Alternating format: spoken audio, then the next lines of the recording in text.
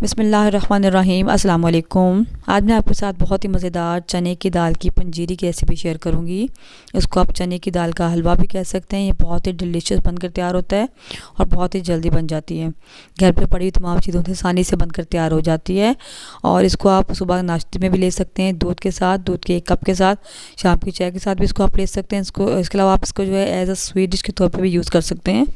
तो ये हर तरीके से बहुत ही मज़े की लगती है।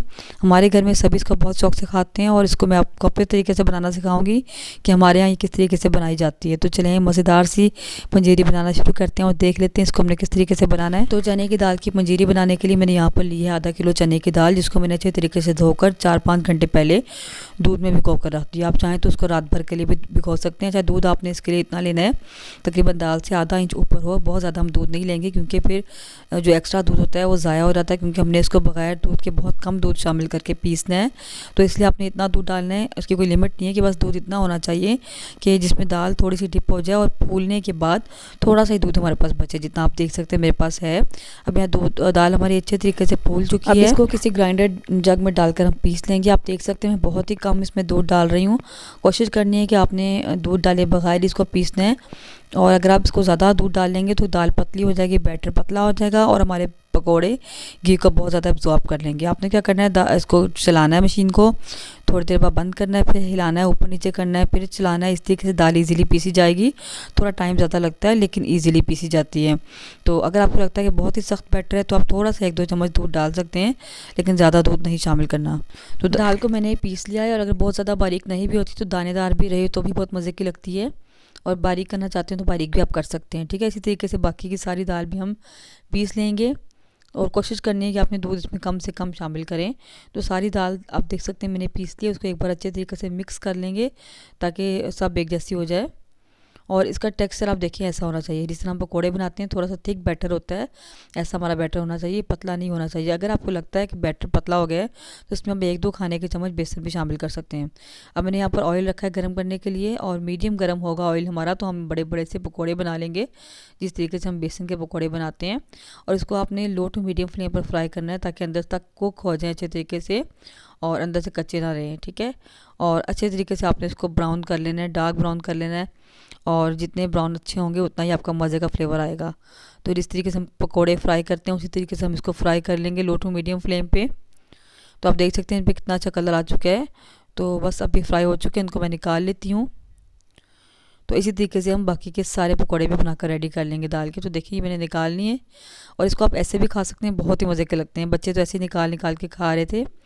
तो तमाम पकोड़े मैंने फ्राई कर लिए। अब इसको हम किसी चॉपर में डालकर चॉप कर लेंगे। अच्छा, इस दाल के पकोड़े जो है ना, आपके पास चॉपर नहीं है तो कोई मसला नहीं है। जब मेरे पास चॉपर नहीं था तो मैं इसको इसी तरीके से कूंडी जो होती है उसमें इजीली हम पीस लेते हैं। आपने गरम गरम पकोड़े निकालने हैं और साथ साथ उसमें पीसते जाना है, बहुत ईजिली पीसे जाते हैं। बस आपने गरम गरम पकोड़े निकाल कर साथ साथ ही पीसते जाना है तो बहुत ईजिली पीसे जाएंगे। लेकिन अब चॉपर है मेरे पास तो मैं चॉपर में कर लेती हूँ, चॉपर में ज़रा काम जल्दी हो जाता है।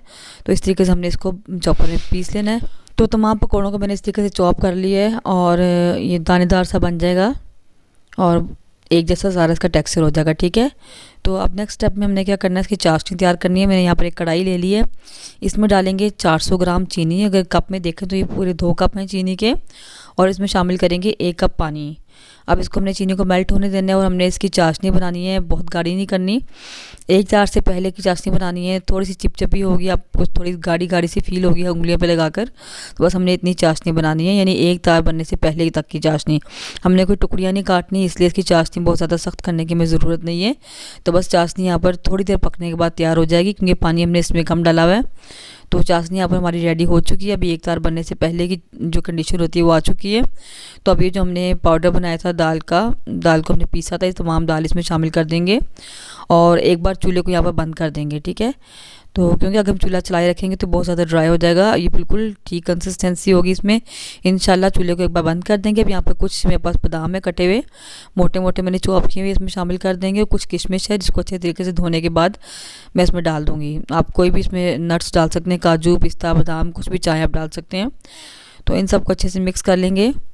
अच्छा, मैंने यहाँ पर घी अभी शामिल नहीं किया क्योंकि इसको मैंने घी में फ्राई किया था, इसलिए अभी मैंने घी नहीं डाला। अगर आपको लगता है कि घी इतना ठीक है तो काफ़ी है, अगर आपको ज़रूरत हो तो आप डाल सकते हैं। मैं यहाँ पर आधा कप देसी घी डाल रही हूँ लास्ट पे। अभी ये गर्म ही है तो मैं इसी के ऊपर देसी घी डाल दूँगी और इसको अच्छे से हम मिक्स कर लेंगे।